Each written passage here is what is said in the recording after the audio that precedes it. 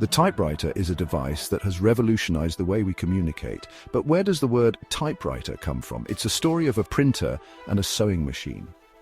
In the 19th century, Christopher Latham Scholes was a printer who was looking for a way to speed up the printing process. He teamed up with James Densmore and Carlos Glidden to create a machine that could type letters onto paper.